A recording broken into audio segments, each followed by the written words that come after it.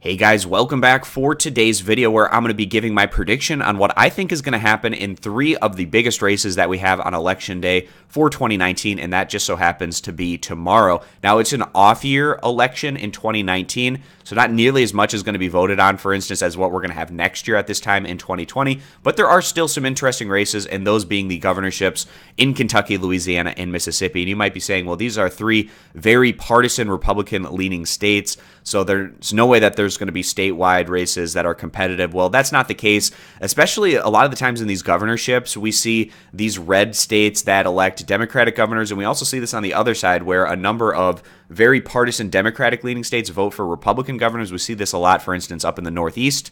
But anyways, based on what the polls are saying, and we're going to go through that data as well as what the approval numbers for these incumbents are, it's painting a situation where it's likely to be 3 very close, interesting, competitive races within single digits one way or the other. So I'm going to give my prediction, and then after the result, when we get the data back and see who actually ends up winning, we can see if I was accurate or inaccurate on those, and I'll make another video covering exactly what happened in these races. But starting off, we're going to go ahead and take a look at the polling.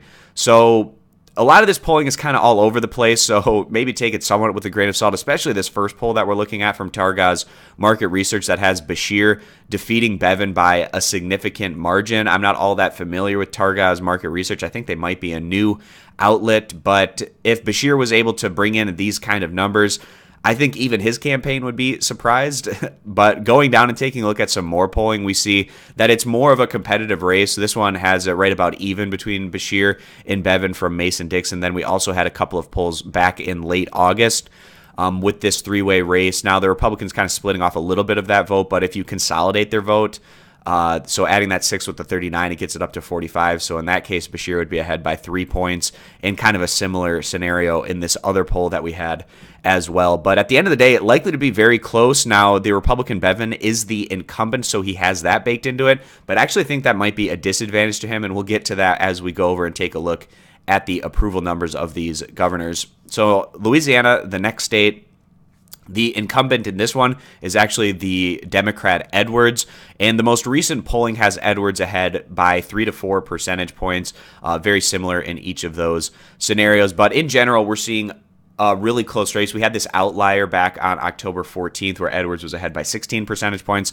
but this one's likely to be extremely close because in the preliminary first rounds of the vote, so what they do in Louisiana, they have the initial, everyone's on the ballot, you can vote for whoever you want. If nobody gets above 50%, they take the top 2, and then they have a runoff and another election. So the top 2 were Edwards and Rsipone, and Edwards got up to, I believe, around 46, 47%, somewhere about in that range. So it's a situation where if the Republicans can consolidate 100% of their vote, Abraham was the other Republican, if they can get all of that vote behind Rsipone, then the Republicans could possibly pick this one up. But it's rare that you're going to get a situation where you're going to get 100% of the vote of your competitor.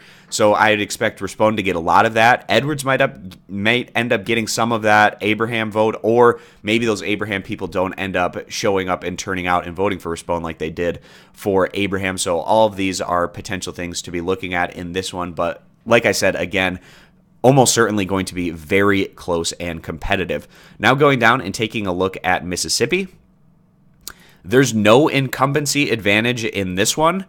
Now, in general, these polls are showing a relatively close race. So we see Hood losing to Reeves in this one by 7 percentage points. In the head-to-head matchups, he's losing by a relatively competitive margin in some of these, and he's leading in some of them. So you might think to yourself that this is going to be really competitive, which it could very well be. But I'll cautious you somewhat with these Mississippi polls because if we go back and take a look at the 2018 midterms with that special election statewide race for the Senate, a lot of them had Mike Espy, the Democrat, showing relatively close or competitive with the Republican Cindy Hyde-Smith. And Hyde-Smith at the end of the day went on to outperform what the average of the polls were saying by a bit and winning that one, as was to be somewhat expected. So that's what we were seeing, for instance, back in the 2018 scenario in a statewide. But voting for Senate is a little bit different than voting for the governorship, so maybe we'll see a little bit different in what actually happens. We'll have to see if that's the case or not. But now going on and taking a look at the approval-disapproval numbers.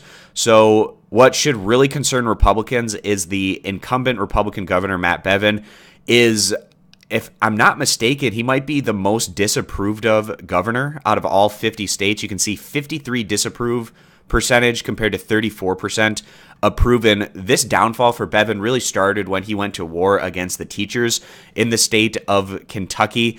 That there was a lot of bad blood there, and that kind of just snowballed itself into being a really bad scenario for Bevin, where he is underwater by 19 percentage points in his approval numbers here from the Morning Consult. Now, the Democratic incumbent, John Bel Edwards in Louisiana, you can see a much stronger picture for him, where he's 52% approve compared to 31% who disapprove. So his incumbency advantage is likely to have more of a positive impact, obviously, than what we're likely to see from the Republican Bevin in Kentucky. And then also going down and taking a look at Mississippi, Phil Bryant was the incumbent Republican, but like I said, there's not going to be any incumbent running in this Mississippi race, but he also had pretty strong numbers there, 55% approved, 26% who disapprove. So now going through and giving my prediction on these three races. So in Kentucky, I think the weaknesses of Matt Bevin in terms of how many people disapprove of him, he actually has even worse approval numbers than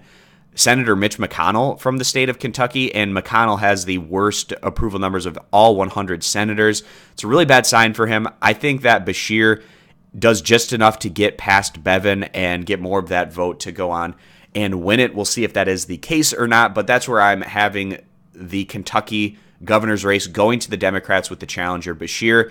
In Louisiana, I think the incumbent, John Bel Edwards, the Democrat, is also going to win.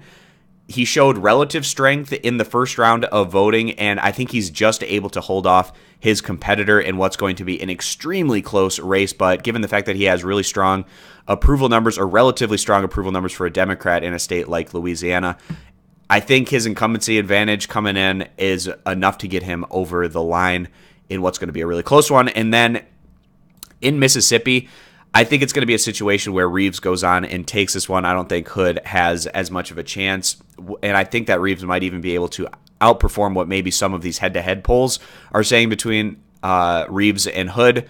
We'll see if that is the case or not. Again, and Election Day is tomorrow, so we're going to get all those results tomorrow night, and then the next day I'm going to put together a video going over exactly what happened. So again, just to recap it, I have the Democrats winning in Kentucky and Louisiana for those governorships, and then in Mississippi, I have the Republicans taking that one. So I'm really excited and interested to see what happens in these, and I hope to see you guys back here after the fact to see exactly what went down in these races. So I appreciate you stopping by. Consider subscribing to my YouTube channel, and hope to see you guys back here for my next video.